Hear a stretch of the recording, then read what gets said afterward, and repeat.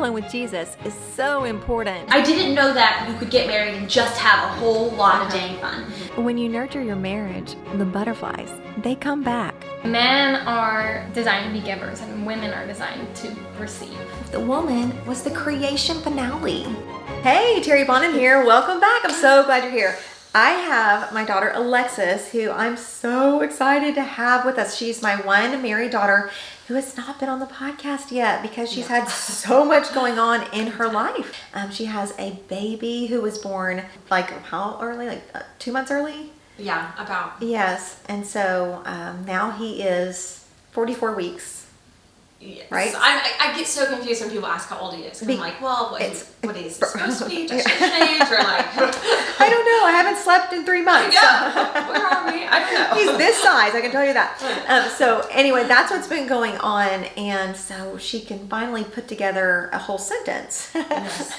Somewhat. Somewhat. So we're just going to talk about like when she met her husband and their beginning years, and then a little bit of what's been going on because they've had some life-changing events over the last several months that we should talk about. So when did you meet Stephen? I met Stephen when I was 18, but I was super duper homely. I mean, like, I don't think I'd cut my hair in like 5 years. Why? I don't know. I think it was godlier. That is so funny because I have to tell you all about this. Okay, for those of you who are looking at the video, like I've always been like this. Do you see my fingernails? Except when you went through the overall stage. Overalls are cute. Yeah, that was before they were cute. No, they've always been cute, I think. Okay, but anyway, long story short, I used to have to say, Alexis, please. That's true. Go grab some jeans and put on eyeliner. Put on makeup. I mean, like, Yes. I don't know why. Paradise. She's, other moms are saying, go put on modest clothes. I'm like, Alexis. I'll never forget the time Dad sat me down. He was like, listen, you have to go out with a boy. Like, you have to. At some point, there's got to be a time. And so I did, and I never stopped. And I think you just wanted to live at home till you were 30, and Dad saw the handwriting on the wall. He's like, okay, let's help her. I was very happy. We felt your happiness at home. We were glad that you were happy. However, anyway, so Stephen is a wonderful man. Yes, but I met him at 18, and he was in school. A&M for engineering, and I would go to Breakaway with, a sister and friend, and we'd stay at Gray's house, his best friend, my brother. And it was so awkward because you and Dad wanted us to get together. It was very clear. Y'all kept setting us up. You'd make us sit together anytime we were together. Dad would drop these really awkward, uncomfortable hints. And I just remember looking at Steve and being like, I'm so sorry. Like, I'm not interested. I'm so sorry. And he was like, don't worry, I'm not either. I'm not interested. And it was just mutual. Like, we both were not attracted to each other. We both were not into that, And then something happened. 2 years after that, I was 20. I'd come back from Passion. I had actually broken off a relationship with a guy 3 days prior that the Lord told me, this is not your husband, break it off. And I was like, are you kidding me? Like, okay, fine. So I broke it off and was like, I'm just not gonna, it's like what people say, I'm not gonna look anymore. And then Stephen showed up and he was so just forward. I mean, for a guy who avoided me, like he would not look at me, talk to me, like he just would avoid me because of how awkward it was. Suddenly, he just was pulling me to the dance floor and was at Gray's wedding. At Gray's wedding. Okay. And dancing with me and talking to me, and he was like, hey, I'll give you this bouquet of flowers, and go give me your number. Like he was so... Okay, so back so up a little romantic. bit. He was a groomsman at Gray's wedding. I totally yeah, so... And I was a bridesmaid. Okay. So we had that whole thing going, and it was fun. It was so fun. But we were very slow and cautious because I was like, I just got out of a relationship with a guy. This is so fast, like 3 days. Yeah. 3 days sort of thing. And it was weird because we had mutually agreed not to like each other. Yeah. So, in our side. But y'all ended up dating for a while. He came to the house, and I remember him taking Hallie on dates with you. Like hit it at every angle. Yeah, he took the boys fishing. Yes. And he knew how to win my heart. Yeah. It was through my He became family. a part of the family, Yes. which was beautiful and sweet and very romantic. smart. Yes, very smart. And then we got married and he was like, bye. I got her. Oh. Yeah. I mean, he still loves us. Oh, yes, absolutely. I think I asked him last night, what was the hardest part about marriage in the beginning? And he was like, your family. And I was like, what do you mean by that? And it was because how attached I was to y'all, how much I loved being with my family, that he felt he couldn't have me all to himself. It was a really big blessing that y'all moved out of state. It was. Your first, for y'all, it was a big blessing. Really hard, but I know that it was hard, but Dad and I saw that as a huge blessing so that y'all could cleave together. Yes. And now you live right around the corner from us. I mean, Yeah. that's amazing. And you have two little ones, a 2-year-old and a sort of a newborn. We had our sweet Caspian, and then we had been praying for a baby once he hit around 9 months. I was like, I am ready to get pregnant. But I did not get pregnant until he was like a year and a half. So it took a long time, and it was just like a long waiting process because I was ready so early.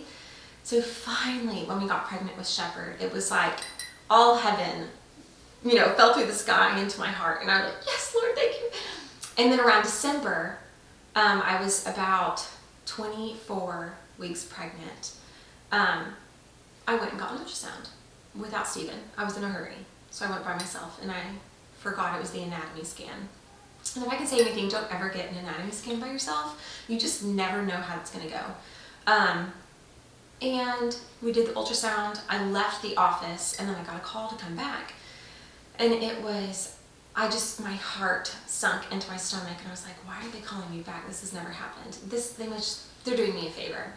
They're reading me the results because they don't want me to have to come back in a week. It's fine. They couldn't read me the results because it was like a late Friday afternoon. And my wonderful nurse midwife pulled me into the room once I got there and said, hey, I'm so sorry, we can't see the back of the baby's brain. Like, it's just not there. If it is there, it's pulled down really, really far. And he's also swollen in his ventricles. I'm so sorry. And that's all she told me. And, basic, you can't live without the back of your brain. Right. You can't. Yeah. So I immediately went to, I will not have this baby. I don't know what this means. I don't know what it means, but I'm not going to have this baby. Like, this baby, I'm going to be burying this baby. That's where my mind You went. thought you were going to lose the baby.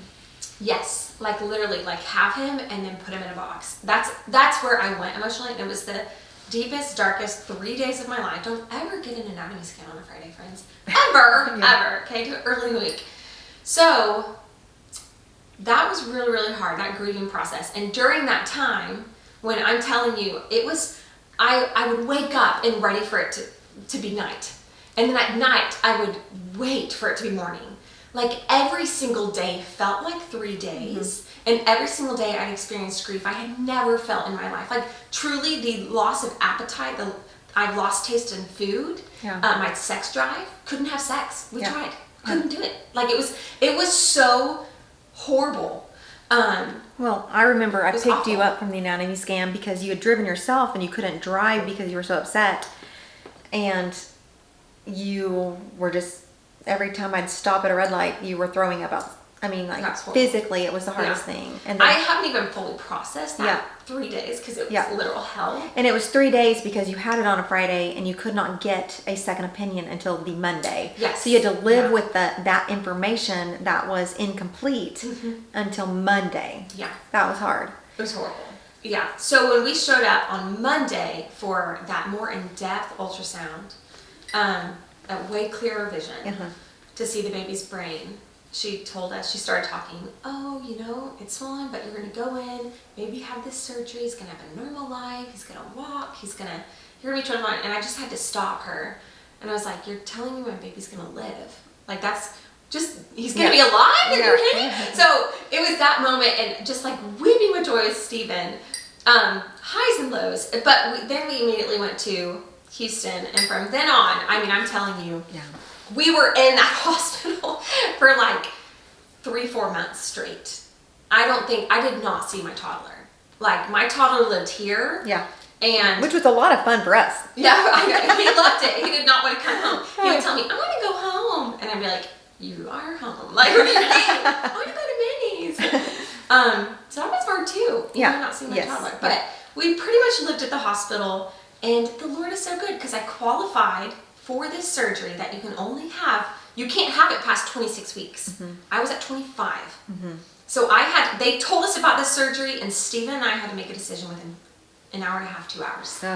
And so we went in and we said, we're going to do this. And I'm telling you, I've never been poked with so many needles of all sizes and lengths, and had the surgery for Shepherd on his back because he has spina bifida. Okay, so they opened you up and did surgery on him. Yes.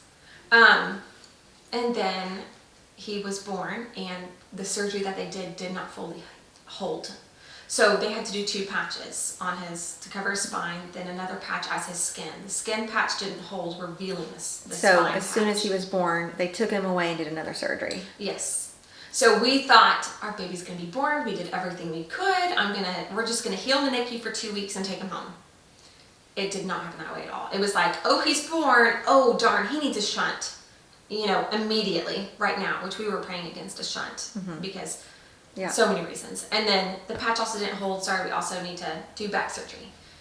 And that was another really dark time where I just remember being wheeled around the hospital thinking, you just never know what someone's going through. You just never know. Yeah. People are walking around me on their phones talking. Nobody knows that my heart is in such a level of grief and sorrow and brokenness right now that I can't even swallow it. Yeah. I feel numb physically. It was horrible. But it has given me a lot of perspective when somebody's driving recklessly or somebody is on their phone. I have been able to go, I don't know what they're going through. What they're doing is irritating me, but their life may be in shambles right now. But this whole baby stage of coming back to how's it been, it's been amazing. It's been so hard and slightly sleepless and Slightly sleepless? really, really sleepless because he has a tongue and lip tie, which makes it really hard for him to eat. So I have to pump. Entirely different breastfeeding journey. My lactation consultant said, well, you better find a pump and marry it because you're going to be pumping for the rest of this. So you would say marriage is not what you're living right now is not exactly what you had envisioned. No. But it's still full of so much goodness and blessing, and you feel the presence of the Lord. I would say I even see the goodness more. Okay, why? Because God has made himself so clear in this season where he is through it. He is right here with Stephen and me and Caspian. There have been days I have not been able to see, touch, talk to, pray with Caspian. And I've had to surrender him and ask the Lord to meet and fill all the gaps where mama can't be there for him. And he has, tenfold. So I just have a lot of peace that the same God that brought me through that is the same God that's sustaining us through the season. And whatever comes up with spina bifida, because it's not over. This is the beginning of the journey with him. And I don't know how to explain it, but I just have a lot of I guess I feel like I know him more. Yeah, I know him better than I did. Yeah. And that's what gives me a lot of peace. Yes, he is in the suffering. You can know him more inside of it because he was a man of suffering. You would never say, I'll take suffering so I can know you more. We would never, ever, ever ask that. No. But you would not ask for it to be taken away because you know him better. Do it. Ever. Yeah. Right. That's so beautiful. I know that, I've watched you go up and down. And I know you had some really, really hard, dark.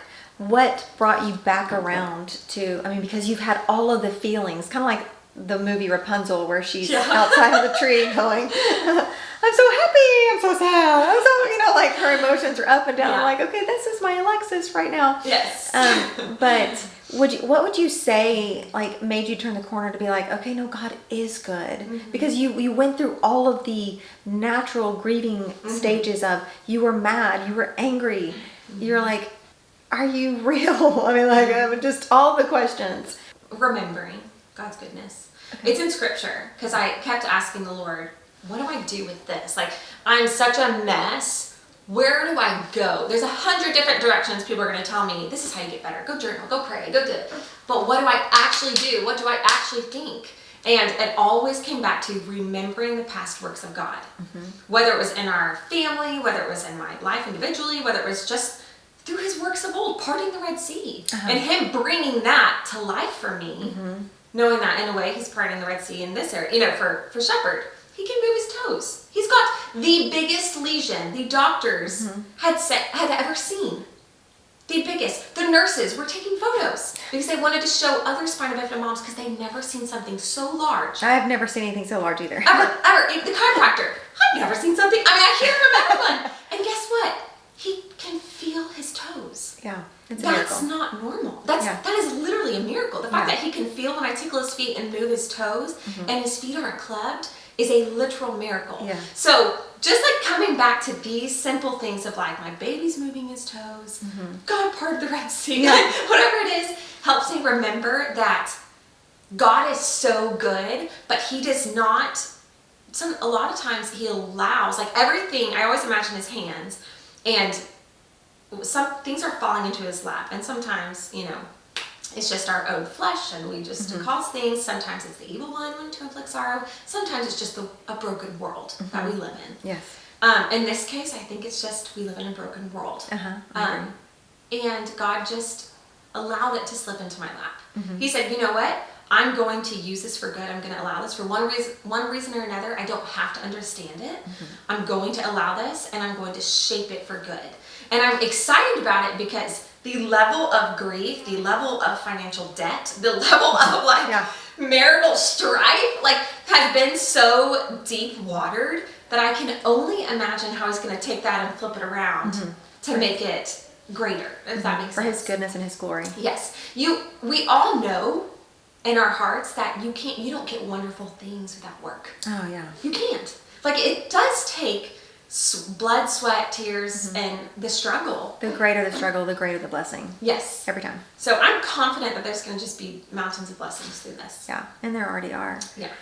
Okay, that's so sweet. So as a busy mom with a toddler, a husband who travels for work, a baby who is, I mean, you change 20 plus diapers a day. That's not necessarily normal, you know? Yeah. How do you renew yourself? For me, it's evening walks and playing piano. Okay. And worship, singing. When I'm in a spot where I'm escalating or I'm comparing, this person drinks Diet Coke every day. That's 8 children and there's nothing wrong with it. You know, like she doesn't have to pump. Like, you know, like I just like when I go there, I just come back to worship. And when I am able to declare who he is and I know who I am, when I come back to those basics, it helps me just realize like, this is good. Like God is using this for good. And it's also fleeting. Yes, and I want to get as many diamonds as I can for heaven. So it I don't know about you, but I'm in a great position. There's a lot of suffering going on over here. Yeah. Yes, you are. That's Fine. true. That is true.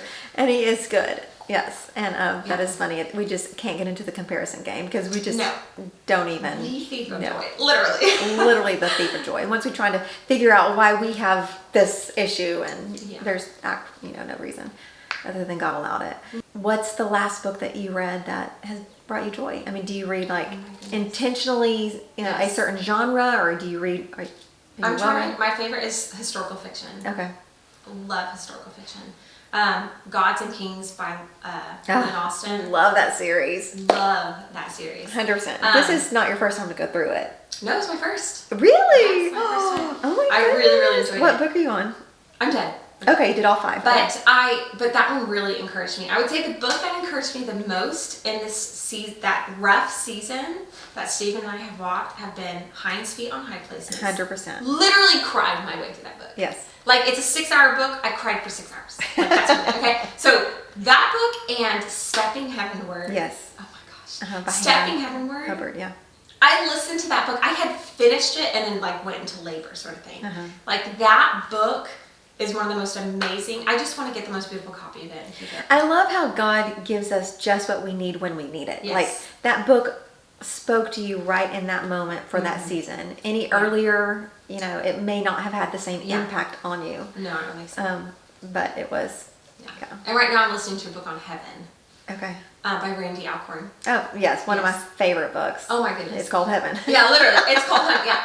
And it is helping me stay eternally focused. And when I'm eternally focused, I have more joy. I do. Me When too. I'm going to doctor visits, when we're, when my son's getting poked with a needle, like having that eternal focus has helped me get through a lot. It helps us endure any pain or suffering that life throws at us. And it helps me help my son endure.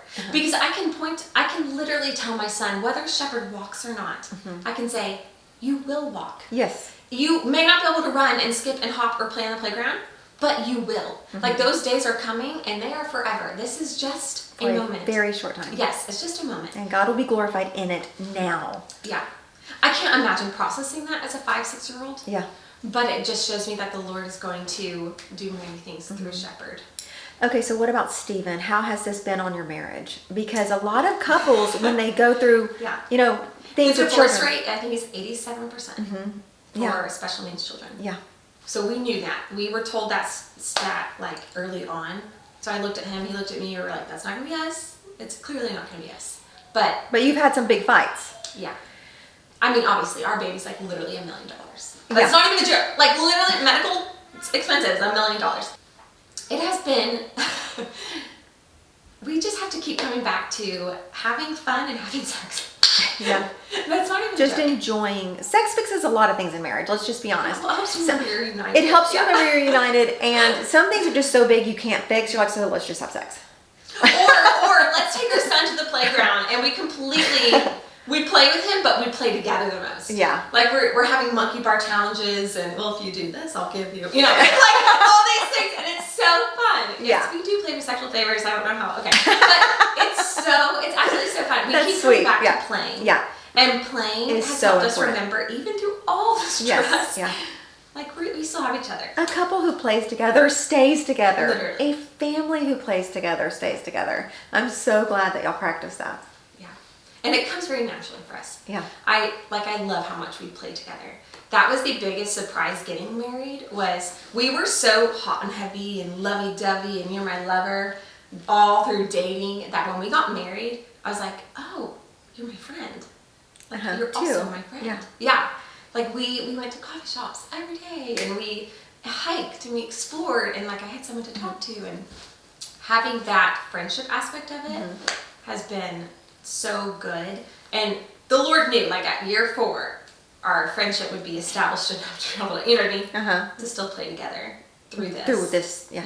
Y'all are very passionate. You laugh and you Yes. laugh big and you fight big. Okay, so I have to. You have told me some funny stories. I don't know if I can share that With one. permission. So a friend sent me a podcast on marriage, and I was like listening to the podcast, and I was like, oh my gosh, this is so good. This is a great podcast. Like, you need to listen to this. My husband needs to listen to this. He would really benefit from this. Okay, clearly not the best heart attitude, but I was like, hey, I'm like nursing the baby, and I'm like, hey babe, can you listen to this podcast? I just sent it to you. And he was like, oh, no, I'm gonna watch YouTube while I do dishes. I don't want to listen to a podcast. And I was like, you always watch YouTube when you do dishes. Can you just listen to the podcast this time for our marriage's sake? I mean, we are a part of that like percentage of people that have a special needs baby right now. Don't you think you could just listen to the podcast? And he's like, we had a little bit of an explosion at that point. Okay, like he was like, I can't believe I'm going to listen to the podcast. I don't want to listen to the podcast. And I was like, of course I want to listen to the podcast. I mean, we went back and forth over this marriage podcast for like 5 minutes of straight bitter arguing. 2-year-olds. So he stomps off to the kitchen, and I turn my rocking chair around. I'm like so mad at him. And I was like, oh, I am so mad. So I cannot believe this man does not want to invest in our marriage. Rude. As he does the dishes. So I stand up and As he does the dishes, right? okay. I stand up and I lock the door, and I'm like, he's gonna sleep on the couch tonight. Like it's really escalated really quickly. Bedroom door. Yes. Yeah. So I'm like, I'm in the bedroom, he's gonna sleep on the couch tonight. Like, how dare he? I'll just sleep in here. Yeah, and then I go to the underwear drawer, and he had just done all his laundry, so I was even more mad. Oh my goodness. So I went in there and I unfolded all his underwear, and I threw it in the laundry bin, and I was like, well, he's gonna have to look for those underwear. He's like, I'm gonna have to. I just did a few extra while I was at it. And of course I had to go back and fold them. But somebody needed to re-listen to the marriage I podcast. did. I forgot everything. I was so mad. he comes back and finds the door's locked. And we have like these ancient doorknobs. Like our whole house is ancient. And so these doorknobs take like, it took him like 20 minutes to figure out how to completely disable, unscrew, and take apart this doorknob. He took it apart. He did. He took the whole doorknob apart, and we still don't have it on to this day. Like literally, we do not have a doorknob. It's just a door that just kind of swings. Like, yeah. So from then on, we didn't say anything. We went to bed, and we just had our moment. And we woke up the next day, and we laughed so hard because he did listen to the podcast, and we were both being ridiculous. We're both exhausted. Yes. From doing the whole day. Yeah. But he we laughed and talked and played after that, but we still have left the doorknob pop as almost like a reminder. Yeah. Yeah. So we have no doorknob. So it's so funny. Yeah. It's amazing how quickly in passionate marriages it can go from 0 to 10. Yes. And you just have to remember that. It's actually ridiculous. It's like 0 to 10 and nothing flat. Yeah. But then you're laughing again, back. So yeah. It has its benefits, its pros and its cons. But yeah. Anyway, so do you have any advice that you would give to maybe another wife who has a special needs baby? I mean, oh my goodness. Like just any nugget. I mean, I think for you, like I have seen some pivotal moments in your life, like when you decided to start playing the piano again. Mm-hmm. That really changed your mental outlook. Yes. I love to listen to you play the piano, and you had stopped because you have been caregiving. Yes. Nonstop, just caregiving. But I've decided that for my mental health, having something I enjoy that allows me to step away from the responsibilities of life to it's like my hobby. Mm-hmm. And being able to do that and create and challenge myself in a different way has really helped me so much so that I am not on an antidepressant. Uh-huh. But I've been told through, multiple people. My lactation consultant came over for an hour and a half, and she was like, you need to be on an antidepressant. Like, she saw me for an hour and a half and was like, you're not okay. So, yeah, I don't have to be on that, and I'm really grateful for that. But routines, and also, like, a lot of what makes up drama in a special needs mama's head, at least in the beginning, I can say, is how people try to be gracious, mm-hmm. but you end up having to extend more grace because they say the dumbest things. Trying to comfort you. Yeah. They say the dumbest things. And I can't tell you how many times I have laid in bed crying over things people have said to me, mm-hmm. trying to encourage me. Right. That I'm like, that really hurt my feelings, and they have no idea. Mm-hmm. And going back to, okay, like, they meant it out of love. I have a strong support team. I just get to practice extending more grace. But this whole season has taught me life is so much better if you extend grace constantly. And you constantly need it with a special needs baby. Mm-hmm. Because sometimes you're later to events because the amount of diapers have to change because they have bladder bowel issues. Mm-hmm. Like you don't know what's actually going on. But yeah. It's true. I love that. Another thing that I have seen done for you that I think is important that has helped is you have sisters, mm-hmm. and we've done this thing, girls' night, sometimes with just the sisters, and sometimes with, I'll go, and that has been an important part of just mental health, right? Mm-hmm. Being fun. But girls' night has been moved to your house. Yes. Just to help you. I mean, just so that you don't have to get out, mm-hmm. because getting out is hard. Yeah. And so, I think having a support group who understands, like, okay, you can't necessarily do everything the same. Let's just pivot for a little while. Mm-hmm. And that's been really sweet watching. I can't imagine walking through something like this without a community. Mm-hmm. I have built-in community. Whether I go get community or not, I have my sisters. But having our foundations group, which is, it's watermarks. Yeah. You've got Merge, and then you've got foundations. They have been a lifeline. And then my family's been a lifeline. That has just been so helpful. I can't imagine walking this without family. So that would be my number one. Is mm-hmm. like the Psalms is where you wage war and listen to it, and then your family. And if you don't have a family that could help you, then be sure you get plugged into a good church group. Yes. Yeah. Yeah, that's good counsel. So I'm so glad you were able to come over, and I just love you so much. I love you too, Mom. Yeah. Okay, something I'm loving. Okay, sometimes my stress level gets high, or I feel like I need an emotional support, or I get nervous, or whatever the thing. I have been doing this for a long time and I just love it. And somebody just brought it to my attention and I had kind of forgotten about it because it's become such a habit. But when I need extra support, I just grab one of my favorite oils, one or two of my favorite essential oils, and I inhale deeply, like, let it hit my brain. It goes through my nose and hits my brain. And it just honestly calms my soul. It calms my brain. And then I'll put it on my pulse points, like my perfume points. And it's instantly, within 3 seconds, absorbed into my bloodstream. And it gives me actual physical support. And I feel a difference. And so I just love that. My favorite emotional support oils always have frankincense in them if I use a blend. So like right now I have Highest Potential. I love this one. And this one's called Loyalty. And they both have, I believe they both have frankincense and some other amazing oils in them. They smell so good and give me this emotional grounding and just steadiness that I didn't have just a few seconds earlier. So anyway, that's what I'm loving right now. Thank you for joining me, my friend, and meet me back here next week in this space. And if you don't follow me on Instagram, I'm Terry Bonin on Instagram. I'm Terry Bonin on Facebook, and Terry Bonin on Spotify. I happen to be me everywhere I go, and that's a good thing.